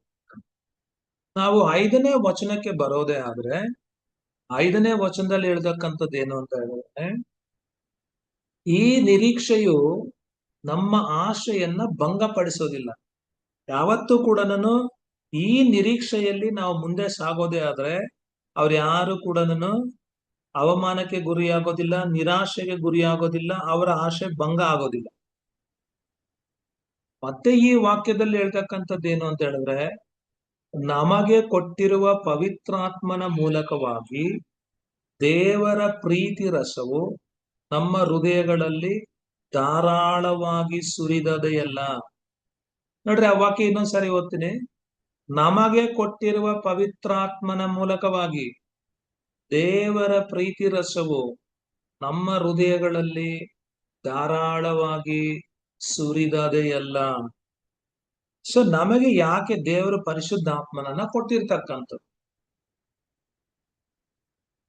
ಸೊ ಪರಿಶುದ್ಧಾತ್ಮನನ್ನ ಕೊಟ್ಟಿರೋದಕ್ಕೆ ಅನೇಕ ಕಾರಣಗಳಿದಾವೆ, ಅದರಲ್ಲಿ ಇದು ಒಂದು ಕಾರಣ. ಸೊ ಪರಿಶುದ್ಧಾತ್ಮನು ಒಬ್ಬ ವ್ಯಕ್ತಿಯ ಜೀವನದಲ್ಲಿ ಬರೋದೇ ಆದ್ರೆ ಏನ್ ಮಾಡ್ತಾನೆ? ಸೊ ಪರಿಶುದ್ಧಾತ್ಮನನ್ನ ನಮ್ಮ ಮೇಲೆ ಸುರಿಸಿರ್ತಕ್ಕಂಥದ್ದು, ಪರಿಶುದ್ಧಾತ್ಮನನ್ನ ನಮಗೆ ಕೊಟ್ಟಿರ್ತಕ್ಕಂಥದ್ದು ಯಾಕೆ ಅಂತ ಕೇಳಿದ್ರೆ, ದೇವರ ತನ್ನ ಪ್ರೀತಿಯ ರಸವನ್ನ ನಮ್ಮ ಹೃದಯಗಳಲ್ಲಿ ಧಾರಾಳವಾಗಿ ಸುರಿಸೋದಕ್ಕೋಸ್ಕರ. ಸೊ ನಮ್ಮ ಹೃದಯವನ್ನ ದೇವರ ಪ್ರೀತಿಯಿಂದ ತುಂಬಿಸೋದಕ್ಕೋಸ್ಕರ, ನಮ್ಮ ಜೀವನವನ್ನ ದೇವರ ಪ್ರೀತಿಯಿಂದ ತುಂಬಿಸೋದಕ್ಕೋಸ್ಕರ. ಇಲ್ಲಿ ನಾವು 2 ಕಾರ್ಯಗಳನ್ನ ಗಮನಿಸ್ಬೇಕು. ಏನಪ್ಪಾ ಅಂತ ಹೇಳಿದ್ರೆ, ಮೊದಲನೇದಾಗಿ ದೇವರು ತನ್ನ ಪ್ರೀತಿಯನ್ನ ನಮಗೆ ಖಾತ್ರಿಪಡಿಸ್ತಕ್ಕಂಥದ್ದು. ಅಂದ್ರೆ ದೇವರು ತನ್ನ ಪ್ರೀತಿಯನ್ನ ಪರಿಶುದ್ಧಾತ್ಮನ ಮೂಲಕವಾಗಿ ನಮ್ಮ ಹೃದಯಗಳಲ್ಲಿ ದೃಢಪಡಿಸುವಂಥದ್ದು. ಯಾಕೆ ಅಂತ ಹೇಳಿದ್ರೆ, ಇವತ್ತು ಕೂಡ ಅನೇಕರು ದೇವರ ಪ್ರೀತಿಯನ್ನ ಪರಿಪೂರ್ಣವಾಗಿ ನಂಬ್ತಾ ಇಲ್ಲ. ದೇವರ ಪ್ರೀತಿಯಲ್ಲಿ ಅವರ ಆಶ್ರಯ ಇಟ್ಕೊಂಡಿಲ್ಲ. ದೇವರ ಪ್ರೀತಿಗೆ ತಮ್ಮನ್ನೇ ತಾವು ಒಪ್ಪಿಸ್ಕೊಟ್ಟಿಲ್ಲ. ಇವತ್ತು ಅನೇಕರು ದೇವರ ಪ್ರೀತಿಯನ್ನ ಸಂಶಯದಿಂದ ನೋಡ್ತಾರೆ. ಬಾಯಿ ಮಾತಲ್ಲಿ ಹೇಳ್ತಾರೆ, ಆ ದೇವರು ನಮ್ಮನ್ನು ಪ್ರೀತಿಸ್ತಾನೆ ಅಂತ ಹೇಳಿ, ಆದ್ರೆ ಅವ್ರ ಜೀವನದಲ್ಲಿ ಅದು ಪ್ರಾಕ್ಟಿಕಲ್ ಆಗಿ ಖಾತ್ರಿ ಆಗಿಲ್ಲ. ಅದಕ್ಕೆ ಅನೇಕರು ಇನ್ನು ಭಯದಲ್ಲಿ ಜೀವಿಸ್ತಾರೆ. ಯಾಕೆ ಭಯದಲ್ಲಿ ಜೀವಿಸ್ತಾರೆ ಅಂತ ಹೇಳಿದ್ರೆ, ಅವ್ರು ಇನ್ನು ದೇವರ ಪ್ರೀತಿಯನ್ನ ಖಾತ್ರಿ ಪಡಿಸ್ಕೊಂಡಿಲ್ಲ. ದೇವರು ತನ್ನ ಪ್ರೀತಿಯನ್ನ ಯಾವ ರೀತಿ ದೃಢಪಡಿಸಿದ್ದಾನೆ, ಖಾತ್ರಿಪಡಿಸಿದ್ದಾನೆ? ದೇವರು ತನ್ನ ಒಬ್ಬನೇ ಮಗನನ್ನ ಈ ಲೋಕಕ್ಕೆ ಕಳುಹಿಸಿ ಕೊಡೋದ್ರ ಮೂಲಕ, ಅಥವಾ ದೇವರು ತನ್ನ ಒಬ್ಬನೇ ಮಗನನ್ನ ಕಳ್ಕೊಳ್ಳೋದ್ರ ಮೂಲಕವಾಗಿ, ಯೇಸು ಕ್ರಿಸ್ತನನ್ನ ತ್ಯಾಗ ಮಾಡೋದ್ರ ಮೂಲಕವಾಗಿ ದೇವರು ತನ್ನ ಪ್ರೀತಿಯನ್ನ ಪ್ರಕಟಪಡಿಸಿದ್ದಾನೆ, ನಮಗ್ ತೋರಿಸಿದ್ದಾನೆ, ನಮಗೆ ದೃಢಪಡಿಸಿದ್ದಾನೆ. ಅದು ನಮ್ಮ ಹೃದಯದಲ್ಲಿ ನಮಗೆ ಅದು ಎಕ್ಸ್ಪೀರಿಯನ್ಸ್ ಆಗ್ಬೇಕು. ಅದಕ್ಕಾಗಿ ಪರಿಶುದ್ಧ ಆತ್ಮನು ಶ್ರಮ ಪಡ್ತಕ್ಕಂಥದ್ದು. ನೀವು ಉದಾಹರಣೆಗೆ ಯೋಹಾನನು ಬರೆದ ಸುವಾರ್ತೆ 15:9 ನೀವು ನೋಡೋದೇ ಆದ್ರೆ, ಯೋಹಾನನು ಬರೆದ ಸುವಾರ್ತೆ 15:9 ತಂದೆ ನನ್ನನ್ನ ಪ್ರೀತಿಸಿದ ಹಾಗೆಯೇ ನಾನು ನಿಮ್ಮನ್ನ ಪ್ರೀತಿಸಿದ್ದೇನೆ, ನನ್ನ ಪ್ರೀತಿಯಲ್ಲಿ ನೆಲೆಗೊಂಡಿರ್ರಿ ಎಂಬುದಾಗಿ ಇಲ್ಲಿ ಹೇಳ್ತಾ ಇರ್ತಾರೆ. ನನ್ನ ಪ್ರೀತಿಯಲ್ಲಿ ನೀವು ನೆಲೆಗೊಂಡಿರ್ರಿ. ಇವಾಗ ನಾವು ಕ್ರಿಸ್ತನ ಪ್ರೀತಿಯಲ್ಲಿ ನೆಲೆಗೊಳ್ಳಬೇಕಾದ್ರೆ ಆ ಪ್ರೀತಿ ಏನು ಅಂತ ಅರ್ಥ ಮಾಡ್ಕೊಳ್ಬೇಕಲ್ಲ. ಇಲ್ಲಿ ಯೇಸು ಹೇಳ್ತಾ ಇದಾರೆ, ನನ್ನ ತಂದೆ ನನ್ನನ್ನು ಯಾವ ತರ ಪ್ರೀತಿಸ್ತಾನೋ ಅದೇ ತರನೇ ನಾನು ನಿಮ್ಮನ್ನು ಪ್ರೀತಿಸ್ತಾ ಇರೋದು, ಏನು ಹೆಚ್ಚು ಕಡಿಮೆ ಇಲ್ಲ. ಆ ಪ್ರೀತಿಯಲ್ಲಿ ನೀವು ನೆಲೆಗೊಂಡಿರಿ. ನಾನು ತಂದೆಯ ಪ್ರೀತಿಯಲ್ಲಿ ನೆಲೆಗೊಂಡಿರುವ ಪ್ರಕಾರನೇ ನೀವು ನನ್ನ ಪ್ರೀತಿಯಲ್ಲಿ ನೆಲೆಗೊಂಡಿರ್ರಿ. ಆದ್ರೆ ನಾವ್ ಎಷ್ಟು ಜನ ದೇವರ ಪ್ರೀತಿಯಲ್ಲಿ ನೆಲೆಗೊಂಡಿದ್ದೀವಿ ಒಂದೊಂದು ದಿವ್ಸನು. ಅದಕ್ಕೆ ಸಹಾಯ ಮಾಡ್ತಕ್ಕಂಥದ್ದೇ ಪರಿಶುದ್ಧಾತ್ಮನು. ಫಸ್ಟ್ ನಾವು ದೇವರ ಪ್ರೀತಿಯನ್ನ ಅರ್ಥ ಮಾಡ್ಕೊಂಡು ದೇವರ ಪ್ರೀತಿಯಲ್ಲಿ ನೆಲೆಗೊಂಡಿರ್ಬೇಕು. ದೇವರ ಪ್ರೀತಿ ನಮ್ಗೆ ಖಚಿತವಾಗ್ಬೇಕು, ದೃಢವಾಗ್ಬೇಕು. ಯೋಹಾನನ ಬರೆದ ಸುವಾರ್ತೆ 16:27 ನೋಡ್ರಿ. ನೀವು ನನ್ನ ಮೇಲೆ ಮಮತೆ ಇಟ್ಟು ಅಂತ ಹೇಳಿದ್ರೆ ನೀವು ನನ್ನ ಮೇಲೆ ಪ್ರೀತಿ ಇಟ್ಟು ನನ್ನನ್ನ ತಂದೆಯ ಬಳಿಯಿಂದ ಹೊರಟು ಬಂದವನೆಂದು ನೀವು ನಂಬಿದ್ದೀರಿ. ಆದ್ರಿಂದ ತಂದೆಯು ತಾನೇ ನಿಮ್ಮ ಮೇಲೆ ಮಮತೆ ಇಡುತ್ತಾನಲ್ಲವೇ. ನೋಡ್ರಿ, ತಂದೆಯು ತಾನೇ ನಿಮ್ ಮೇಲೆ ಪ್ರೀತಿ ಇಡ್ತಾನಲ್ಲ, ನಿಮ್ಮನ್ನ ಪ್ರೀತಿ ಮಾಡ್ತಾನಲ್ಲ. ತಂದೆಗೆ ಯಾರು ಹೇಳ್ಬೇಕಾಗಿಲ್ಲ ಇಂಥವ್ರನ್ನ ಪ್ರೀತಿ ಮಾಡ್ರಿ ಅಂತೇಳಿ. ತಂದೆಗೆ ಯಾರು ಹೇಳ್ಬೇಕಾಗಿಲ್ಲ ಸುಂದರ್ನ ಪ್ರೀತಿ ಮಾಡು ಅಂತೇಳಿ. ತಂದೆ ತಾನೇ ನನ್ ಮೇಲೆ ಪ್ರೀತಿ ಮಾಡ್ತಾನೆ, ನನ್ ಮೇಲೆ ಮಮತೆ ಇಡ್ತಾನೆ. ಆ ಪ್ರೀತಿಯನ್ನ ನಾವು ಅರ್ಥ ಮಾಡ್ಕೊಳ್ಬೇಕು, ಆ ಪ್ರೀತಿಯನ್ನ ಖಾತ್ರಿ ಪಡಿಸ್ಕೊಳ್ಬೇಕು, ಆ ಪ್ರೀತಿಯಲ್ಲಿ ನಾವು ದೃಢವಾಗಿ ನಿಲ್ಬೇಕು. ಆ ಪ್ರೀತಿಯ ರಸವನ್ನ ಸುರಿಸೋದಕ್ಕೋಸ್ಕರ ಆ ಪ್ರೀತಿಯನ್ನ ನನಗೆ ತಿಳಿಯಪಡಿಸಿ ಆ ಪ್ರೀತಿಯಲ್ಲಿ ನನ್ನನ್ನು ನೆಲೆಗೊಳಿಸೋದಕ್ಕೋಸ್ಕರವಾಗಿ ಪರಿಶುದ್ಧ ಆತ್ಮನ ಬಂದಿರ್ತಾರೆ. ನೀವು ಯೋಹಾನನ ಬರೆದ ಸುವಾರ್ತೆ 17:23 ನೀವು ನೋಡೋದೇ ಆದ್ರೆ, ನೀನು ನನ್ನನ್ನ ಲೋಕಕ್ಕೆ ಕಳುಹಿಸಿ ಕೊಟ್ಟಿದ್ದಿ ಎಂದು ನೀನು ನನ್ನನ್ನ ಪ್ರೀತಿಸಿದಂತೆ ಅವರನ್ನೂ ಪ್ರೀತಿಸಿದ್ದಿ ಎಂದು ಲೋಕಕ್ಕೆ ತಿಳಿದು ಬರುವುದು. ನೋಡ್ರಿ, ತಂದೆ ಯಾವ ತರ ಪ್ರೀತಿಸಿದಾನೆ, ತಂದೆಯಾದಂತ ದೇವರು ಯೇಸು ಕ್ರಿಸ್ತನನ್ನ ಯಾವ ತರ ಪ್ರೀತಿ ಮಾಡಿದಾನೋ, ಮನುಷ್ಯನಾಗಿ ಈ ಲೋಕದಲ್ಲಿ ಜೀವಿಸುವಾಗ ತಂದೆಯಾದಂತ ದೇವರು ಯೇಸು ಕ್ರಿಸ್ತನನ್ನ ಯಾವ ರೀತಿ ಪ್ರೀತಿ ಮಾಡಿದ್ನೋ ಅದೇ ರೀತಿ ನನ್ನನ್ನ ಪ್ರೀತಿ ಮಾಡ್ತಾ ಇದ್ದಾನೆ, ನಿಮ್ಮನ್ನು ಪ್ರೀತಿ ಮಾಡ್ತಾ ಇದ್ದಾನೆ. ಆದ್ರೆ ಎಷ್ಟು ಜನ ಆ ಪ್ರೀತಿಯನ್ನ ಅರ್ಥ ಮಾಡ್ಕೊಂಡಿದ್ದೀರಿ? ಈ ತಂದೆಯ ಪ್ರೀತಿಯನ್ನ, ಈ ಯೇಸು ಕ್ರಿಸ್ತನ ಪ್ರೀತಿಯನ್ನ ನಾವು ಅರ್ಥ ಮಾಡಿಕೊಳ್ಳೋದಕ್ಕಾಗಿ ಆ ಪ್ರೀತಿಯನ್ನ ನಮ್ಮ ಹೃದಯಗಳಲ್ಲಿ ಸುರಿಸಿ ನಮಗೆ ಆ ಪ್ರೀತಿಯನ್ನ ದೃಢಪಡಿಸೋದಕ್ಕಾಗಿ ಅಥವಾ ಖಾತ್ರಿಪಡಿಸೋದಕ್ಕಾಗಿ ತಂದೆಯಾದಂತ ದೇವರು ಪರಿಶುದ್ಧಾತ್ಮನನ್ನ ಕಳುಹಿಸಿಕೊಟ್ಟಿದ್ದಾನೆ. ಯಾಕೆಂದ್ರೆ ಅನೇಕರು ದೇವರ ಪ್ರೀತಿಯನ್ನ ಪೂರ್ಣವಾಗಿ ನಂಬ್ತಾ ಇಲ್ಲ. ಇದು ಮೊದಲನೇ ಉದ್ದೇಶ. ಎರಡನೇ ಉದ್ದೇಶ ಏನಪ್ಪಾ ಅಂತ ಹೇಳಿದ್ರೆ, ಪರಿಶುದ್ಧಾತ್ಮನು ಬಂದು ನಮ್ಮ ಹೃದಯಗಳಲ್ಲಿ ದೇವರ ಪ್ರೀತಿಯನ್ನ ಸುರಿಸಿ ದೇವರ ಪ್ರೀತಿಯಿಂದ ತುಂಬಿಸುವಾಗ ನಾವು ಏನ ಇತರರನ್ನ ಕೂಡ ಬೇರೆಯವರನ್ನ ನಾವು ಪ್ರೀತಿಸ್ತಕ್ಕಂಥ, ನಾವು ಇತರರನ್ನ ಪ್ರೀತಿಸೋದಕ್ಕಾಗಿ ನಮ್ಮ ಹೃದಯಗಳನ್ನ ಕ್ರಿಸ್ತನ ಪ್ರೀತಿಯಿಂದ ಅಥವಾ ತಂದೆಯಾದ ದೇವರ ಪ್ರೀತಿಯಿಂದ ಪರಿಶುದ್ಧಾತ್ಮನು ತುಂಬಿಸುವಂಥದ್ದು, ಪ್ರೀತಿಯ ರಸವನ್ನ ಸುರಿಸ್ತಕ್ಕಂಥದ್ದು. ನಾವು ಕೂಡ ಇನ್ನೊಬ್ಬರನ್ನ ಪ್ರೀತಿಸ್ಬೇಕು. ಮೊದಲನೇದಾಗಿ ನಾವು ದೇವರ ಪ್ರೀತಿಯನ್ನ ಸರಿಯಾದ ರೀತಿಯಲ್ಲಿ ಅರ್ಥ ಮಾಡ್ಕೊಂಡು ಅದರಲ್ಲಿ ದೃಢವಾಗಿ ನಿಲ್ಬೇಕು. ದೇವರ ಪ್ರೀತಿಯಲ್ಲಿ ದೃಢವಾಗಿ ನಿಲ್ತಕ್ಕಂತ ವ್ಯಕ್ತಿಯನ್ನ ಪರಿಶುದ್ಧ ಆತ್ಮನು ಅಂತ ವ್ಯಕ್ತಿಯ ಹೃದಯದಲ್ಲಿ ಇತರರನ್ನ ಪ್ರೀತಿಸೋದಕ್ಕಾಗಿ ಪ್ರೀತಿಯ ರಸವನ್ನ ಸುರಿಸ್ತಕ್ಕಂಥ. ಇದು ಬಹಳ ಮುಖ್ಯವಾಗಿರ್ತಕ್ಕಂಥ. ಯಾಕೆಂತ ಹೇಳಿದ್ರೆ ಅನೇಕರ ಪ್ರೀತಿಯನ್ನ ನೋಡೋದೇ ಆದ್ರೆ ಬರೀ ಮಾತುಗಳ ಪ್ರೀತಿನೇ. ಕ್ರೈಸ್ತರ ಪ್ರೀತಿ ಎಂತದ್ದು ಅಂತ ಹೇಳಿ ಬರೀ ಮಾತುಗಳಲ್ಲೇ ಅರಮನೆಯನ್ನ ಕಟ್ತಾರೆ ಅಂತ ಹೇಳ್ತಾರಲ್ಲ, ಆ ತರದ ಪ್ರೀತಿನೇ ಹೊರತು ಪ್ರಾಕ್ಟಿಕಲ್ ಇಲ್ಲ. ಭಯಂಕರ ಸ್ವಾರ್ಥ, ಭಯಂಕರ ಮೋಸ, ಭಯಂಕರ ವಂಚನೆ, ಕ್ರೈಸ್ತರೇ ನಂಬೋದಕ್ಕೆ ಆಗದೆ ಇರತಕ್ಕಂತ ಒಂದು ಕಾಲಘಟ್ಟದಲ್ಲಿ ನಾವಿದ್ದೀವಿ. ಕಾರಣ ಏನು ಅಂತ ಹೇಳಿದ್ರೆ, ಅವರಲ್ಲಿ ಪರಿಶುದ್ಧ ಆತ್ಮನು ಈ ಕೆಲಸವನ್ನ ಮಾಡಿಲ್ಲ. ಅದಕ್ಕೆ ಅವ್ರ ಅವಕಾಶ ಕೊಟ್ಟಿಲ್ಲ. ಬರೀ ಹೆಸರಿಗೆ ಮಾತ್ರ ಕ್ರೈಸ್ತರಷ್ಟೇ. ಸೊ ಪರಿಶುದ್ಧಾತ್ಮನು ಒಬ್ಬ ವ್ಯಕ್ತಿಯ ಜೀವನದಲ್ಲಿ ಬರೋದೇ ಆದ್ರೆ, ಮೊದಲನೇದಾಗಿ ಆ ವ್ಯಕ್ತಿಯಲ್ಲಿ ದೇವರ ಪ್ರೀತಿಯನ್ನ ಖಾತ್ರಿಪಡಿಸ್ಕೊಳ್ತಾನೆ. ಮತ್ತೆ ಇನ್ನೊಬ್ಬರನ್ನ ಪ್ರೀತಿಸೋದಕ್ಕೆ ಪ್ರೀತಿಯಿಂದ ತುಂಬಿದ ಹೃದಯವನ್ನ ಆತನು ಕೊಡ್ತಾನೆ. ಅದಕ್ಕೆ ನೀವು ನೋಡ್ರಿ, ರೋಮಪುರದವರಿಗೆ ಬರೆದ ಪತ್ರಿಕೆ 13ನೇ ಅಧ್ಯಾಯ 8ರಿಂದ 10ರವರೆಗೆ ಇರ್ತಕ್ಕಂಥ ವಚನಗಳನ್ನ ನಾವು ನೋಡೋದೇ ಆದ್ರೆ, ರೋಮಪುರದವರಿಗೆ ಬರೆದ ಪತ್ರಿಕೆ 13ನೇ ಅಧ್ಯಾಯ 8ರಿಂದ 10ರವರೆಗೆ ಇರ್ತಕ್ಕಂಥ ವಚನಗಳು. ಅಲ್ಲಿ ಹೇಳ್ತಕ್ಕಂಥದ್ದು ಏನು ಅಂತ ಹೇಳಿದ್ರೆ, ಒಬ್ಬರನ್ನೊಬ್ಬರು ಪ್ರೀತಿಸಬೇಕೆಂಬ ಋಣವೇ ಹೊರತು ಬೇರೆ ಯಾವ ಸಾಲವೂ ನಿಮಗಿರಬಾರ್ದು. ಕ್ರೈಸ್ತರಿಗೆ ಸಾಲ ಈ ಲೋಕದಲ್ಲಿ ಯಾವುದು ಸಾಲ? ಕ್ರೈಸ್ತರು ಸಾಲಗಾರರು. ಯಾವ ವಿಷಯದಲ್ಲಿ ಸಾಲಗಾರರು? ಸುವಾರ್ತೆಯ ವಿಷಯದಲ್ಲಿ ಸಾಲಗಾರರು, ಪ್ರೀತಿಯ ವಿಷಯದಲ್ಲಿ ಸಾಲಗಾರರು. ಅವರಿಗೆ ಋಣ ಇದೆ. ಈ ಸುವಾರ್ತೆಯ ಸಾಲವನ್ನ ತೀರಿಸ್ಬೇಕೆಂಬತಕ್ಕಂಥ ಋಣ ಇದೆ. ಅದೇ ರೀತಿ ನಾವು ಇತರರನ್ನ ಪ್ರೀತಿಸಬೇಕೆಂಬತಕ್ಕಂಥ ಋಣ ಇದೆ.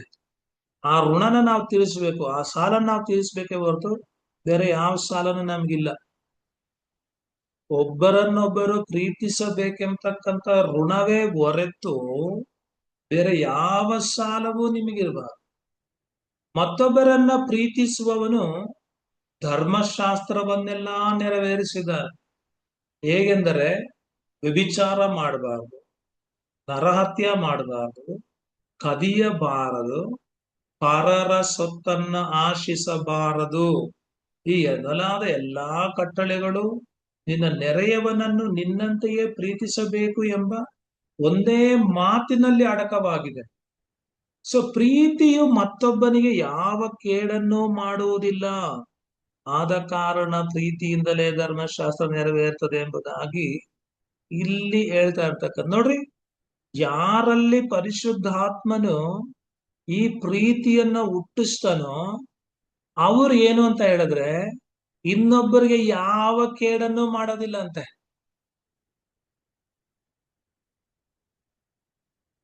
ಸೊ ಇಲ್ಲಿ ಹೇಳ್ತಾ ಇರ್ತಕ್ಕಂಥ ಪ್ರಧಾನವಾದಂತ ಕೇಡುಗಳು ಯಾವುದು ಅಂತ ಹೇಳಿದ್ರೆ ವ್ಯಭಿಚಾರ. ಕ್ರೈಸ್ತರಲ್ಲಿ ವ್ಯಭಿಚಾರ ಹೆಚ್ಚಾಗ್ತಾ ಇದೆ. ಅದ್ರ ಅರ್ಥ ಏನು ಅಂತ ಹೇಳಿದ್ರೆ, ದೇವರ ಕೃಪೆಯಿಂದ ಅವರು ಬಿದ್ದೋಗಿದ್ದಾರೆ. ದೇವರ ಕೃಪೆ ಅವರಲ್ಲಿ ಇಲ್ಲದೆ ಇರೋದ್ರಿಂದ ಪರಿಶುದ್ಧಾತ್ಮನ ಈ ಕಾರ್ಯವನ್ನ ಮಾಡ್ತಾ ಇಲ್ಲ. ಪರಿಶುದ್ಧಾತ್ಮನ ಯಾರಲ್ಲಿ ಇರ್ತಾನೆ, ಪರಿಶುದ್ಧಾತ್ಮನ ಯಾರಲ್ಲಿ ಈ ಪ್ರೀತಿಯ ಒಂದು ಗುಣವನ್ನ ಉಂಟು ಮಾಡಿರ್ತಾನೆ, ಹುಟ್ಟಾಕಿರ್ತಾನೆ, ಅವ್ರು ಯಾರು ಕೂಡ ಈ ಕೆಲಸ ಮಾಡಲ್ಲ. ಇನ್ನೊಬ್ಬರಿಗೆ ದ್ರೋಹ ಮಾಡಲ್ಲ, ನರಹತ್ಯೆ ಮಾಡಲ್ಲ, ಕದಿಯೋದಿಲ್ಲ, ಬೇರೆಯವರ ಸೊತ್ತನ್ನ ಆಶಿಸೋದಿಲ್ಲ. ಅನೇಕ ಕ್ರೈಸ್ತರು ಕಳ್ತನ ಮಾಡ್ತಾರೆ, ಮೋಸ ಮಾಡ್ತಾರೆ, ಬೇರೆಯವರದನ್ನೆಲ್ಲ ತಮ್ಮದಾಗಿ ಮಾಡ್ಕೊಳ್ತಾರೆ. ಸೊ ಅಲ್ಲೆಲ್ಲ ದೇವರ ಕೃಪೆ ಇಲ್ಲ. ಅವರ ಹೆಸರಿಗೆ ಮಾತ್ರ ಕ್ರೈಸ್ತರು. ಪರಿಶುದ್ಧಾತ್ಮನ ಅವರಲ್ಲಿ ಕೆಲಸ ಮಾಡ್ತಾ ಇಲ್ಲ. ಯಾಕಂದ್ರೆ ಇಲ್ಲಿ ಕ್ಲಿಯರ್ ಆಗಿ ಹೇಳ್ತಾರೆ ನೋಡ್ರಿ, ಪ್ರೀತಿಯು ಮತ್ತೊಬ್ಬನಿಗೆ ಯಾವ ಕೇಡನ್ನು ಮಾಡೋದಿಲ್ಲ. ನಿಜವಾದಂತ ಪ್ರೀತಿ ಇರೋದೇ ಆದ್ರೆ, ಪರಿಶುದ್ಧಾತ್ಮನು ಒಬ್ಬ ವ್ಯಕ್ತಿಯ ಹೃದಯದಲ್ಲಿ ಪ್ರೀತಿಯನ್ನ ಹುಟ್ಟಿಸಿರೋದೇ ಆದ್ರೆ, ಆ ಪ್ರೀತಿ ಇನ್ನೊಬ್ಬರಿಗೆ ಯಾವ ಕೇಡನ್ನು ಮಾಡಲ್ಲ. ಇವತ್ತು ಲೋಕದಲ್ಲಿ ನೋಡ್ರಿ, ಎಷ್ಟೆಲ್ಲ ನ್ಯೂಸ್ಗಳಲ್ಲಿ ನೋಡೋದೇ ಆದ್ರೆ, ಸೊ ಪ್ರೀತಿ ಹೆಸರಿನಲ್ಲಿ ಆಸಿಡ್ ಹಾಕ್ತಾರೆ. ಮೊನ್ನೆ ನೋಡ್ರಿ, ಪ್ರೀತಿ ಹೆಸರಿನಲ್ಲಿ ಒಬ್ಬನು ಬಸ್ ಸ್ಟ್ಯಾಂಡ್ ಅಲ್ಲೇ ಕತ್ತಿ ತಕೊಂಡು ಒಂದು ಮಗಳ ಕತ್ತನ್ನ ಕಟ್ ಮಾಡ್ಬಿಟ್ಟು ಓಡೋಗಿದ್ದಾರೆ. ಪ್ರೀತಿ ಹೆಸರಿನಲ್ಲಿ ಆಸಿಡ್ ಹಾಕ್ತಾರೆ, ಪ್ರೀತಿ ಹೆಸರಿನಲ್ಲಿ ವಿಷ ಹಾಕ್ತಾರೆ, ಪ್ರೀತಿ ಹೆಸರಿನಲ್ಲಿ ಕೇಡು ಮಾಡ್ತಾರೆ, ಹಾನಿ ಮಾಡ್ತಾರೆ. ಆದ್ರೆ ಬೈಬಲ್ ಹೇಳ್ತಕ್ಕಂಥದ್ದು ಏನಂತ ಹೇಳಿದ್ರೆ, ಆ ಪ್ರೀತಿ ಬಗ್ಗೆ ಅಲ್ಲ, ಅದೆಲ್ಲಾನು ಆದಾಮನ ಪ್ರೀತಿ. ಇಲ್ಲಿ ಹೇಳ್ತಾ ಇರ್ತಕ್ಕಂಥದ್ದು, ಪರಿಶುದ್ಧಾತ್ಮನು ಒಬ್ಬ ವ್ಯಕ್ತಿಯ ಹೃದಯದಲ್ಲಿ ದೇವರ ಪ್ರೀತಿಯ ರಸವನ್ನ ಸುರಿಸೋದೇ ಆದ್ರೆ, ಆ ಪ್ರೀತಿಯು ಮತ್ತೊಬ್ಬನಿಗೆ ಕೇಡನ್ನ ಉಂಟು ಮಾಡುವುದಿಲ್ಲ. ಸಿ, ಬದಲಾವಣೆ, ಸ್ವಭಾವದಲ್ಲಿ ಬದಲಾವಣೆ. ಸೊ ಈ ಒಂದು ಕೊರಿಂತದವರಿಗೆ 13ನೇ ಅಧ್ಯಾಯ 4ರಿಂದ 7ರವರೆಗೆ ಇರ್ತಕ್ಕಂಥ ವಚನಗಳನ್ನ ನಾವು ನೋಡೋದೇ. ಅಲ್ಲಿ ಹೇಳ್ತಕ್ಕಂಥದ್ದು ಏನಪ್ಪಾ ಅಂತ ಹೇಳಿದ್ರೆ, ಸೊ ಪ್ರೀತಿ ಬಗ್ಗೆ ಹೇಳ್ತಕ್ಕಂಥ, ಪ್ರೀತಿಯು ಬಹು ತಾಳ್ಮೆಯುಳ್ಳದಂತೆ. ಪ್ರೀತಿ ಬಹು ತಾಳ್ಮೆಯುಳ್ಳದು. ಪ್ರೀತಿ ದಯ ತೋರಿಸುವುದು. ಪ್ರೀತಿ ಹೊಟ್ಟೆ ಕಿಚ್ಚು ಪಡುವುದಿಲ್ಲ. ಪ್ರೀತಿ ಹೊಗಳಿಕೊಳ್ಳುವುದಿಲ್ಲ. ಪ್ರೀತಿ ಉಬ್ಬಿಕೊಳ್ಳುವುದಿಲ್ಲ. ಪ್ರೀತಿ ಮರ್ಯಾದೆಗೆಟ್ಟು ನಡೆಯುವುದಿಲ್ಲ. ಪ್ರೀತಿ ಸ್ವಪ್ರಯೋಜನವನ್ನ ಚಿಂತಿಸುವುದಿಲ್ಲ. ಪ್ರೀತಿ ಸಿಟ್ಟುಗೊಳ್ಳುವುದಿಲ್ಲ. ಅಪಕಾರ ಅಪಕಾರವನ್ನ ಮನಸ್ಸಿನಲ್ಲಿ ಇಟ್ಟುಕೊಳ್ಳುವುದಿಲ್ಲ. ಪ್ರೀತಿ ಅನ್ಯಾಯವನ್ನ ನೋಡಿ ಸಂತೋಷಿಸುತ್ತದೆ, ಸಂತೋಷ ಪಡದೆ ಸತ್ಯಕ್ಕೆ ಜಯವಾಗುವಲ್ಲಿ ಸಂತೋಷ ಪಡುತ್ತದೆ. ಪ್ರೀತಿ ಎಲ್ಲವನ್ನ ಅಡಗಿಸಿಕೊಳ್ಳುತ್ತದೆ, ಎಲ್ಲವನ್ನ ನಂಬುತ್ತದೆ, ಎಲ್ಲವನ್ನ ನಿರೀಕ್ಷಿಸುತ್ತದೆ.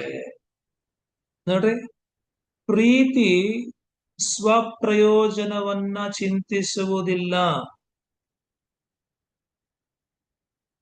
ಇವತ್ತಿನ ಪ್ರೀತಿ ಎಲ್ಲ ಸ್ವಾರ್ಥದಿಂದ ತುಂಬಿರ್ತಕ್ಕಂಥದ್ದು. ಅವಾಗ ಆ ಪ್ರೀತಿ ಎಲ್ಲಿಂದ ಹುಟ್ಟಿ ಬಂದಿದೆ ಅಂತ ಕೇಳಿದ್ರೆ, ಅದು ಲೋಕದಿಂದ ಹುಟ್ಟಿರ್ತಕ್ಕಂಥದ್ದು, ಆದಾಮನಿಂದ ಹುಟ್ಟಿರ್ತಕ್ಕಂಥದ್ದು. ಆದ್ರೆ ಈ ಆದಾಮನಿಂದ ಬಂದಂತ ಪ್ರೀತಿಯನ್ನ ಇಟ್ಕೊಂಡು, ಲೋಕದಿಂದ ಬಂದು ಸಿಕ್ಕಿರ್ತಕ್ಕಂಥ ಪ್ರೀತಿಯನ್ನ ಇಟ್ಕೊಂಡು, ನಮ್ಮಲ್ಲಿ ಪರಿಶುದ್ಧಾತ್ಮನ ಇದ್ದಾನೆ ಅಂತ ಹೇಳಿ ಅನೇಕರನ್ನ ವಂಚಿಸುವಂತ ಕ್ರೈಸ್ತರು ಇದ್ದಾರೆ, ಸೇವಕರು ಇದ್ದಾರೆ. ಅವ್ರನ್ನ ನೋಡಿ ಅನೇಕ ಕ್ರೈಸ್ತರು ಮೋಸ ಹೋಗ್ತಾ ಇದ್ದಾರೆ. ಆದ್ರೆ ಇಲ್ಲಿ ಪರಿಶುದ್ಧಾತ್ಮನ ಹೇಳ್ತಕ್ಕಂಥದ್ದು ಏನು ಅಂತ ಹೇಳಿದ್ರೆ, ದೇವರ ಪ್ರೀತಿಯ ರಸವನ್ನ ಪರಿಶುದ್ಧಾತ್ಮನು ನಮ್ಮ ಹೃದಯದಲ್ಲಿ ಸುರಿಸುವಾಗ ನಮ್ಮ ಪ್ರೀತಿಯಲ್ಲಿ ಈ ಬದಲಾವಣೆಗಳು ಬರುತ್ತಂತೆ.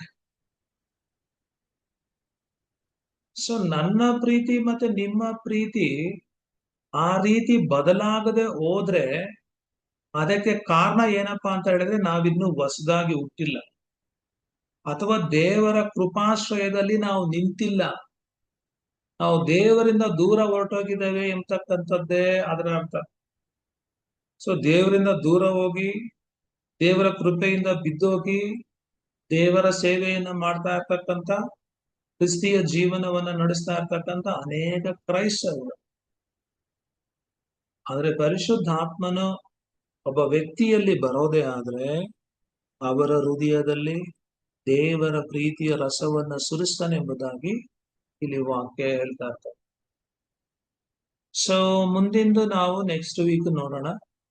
ಈಗ ನಿಮ್ಗೆ ಏನಾದ್ರೂ ಡೌಟ್ಸ್ ಇರೋದೇ ಆದ್ರೆ ನಿಮ್ಮ ಒಂದು ಪ್ರಶ್ನೆಗಳನ್ನ ಈಗ ಕೇಳ್ಬಹುದು, ನಿಮಗಿರ್ತಕ್ಕಂಥ ಒಂದು ಸಮಯ.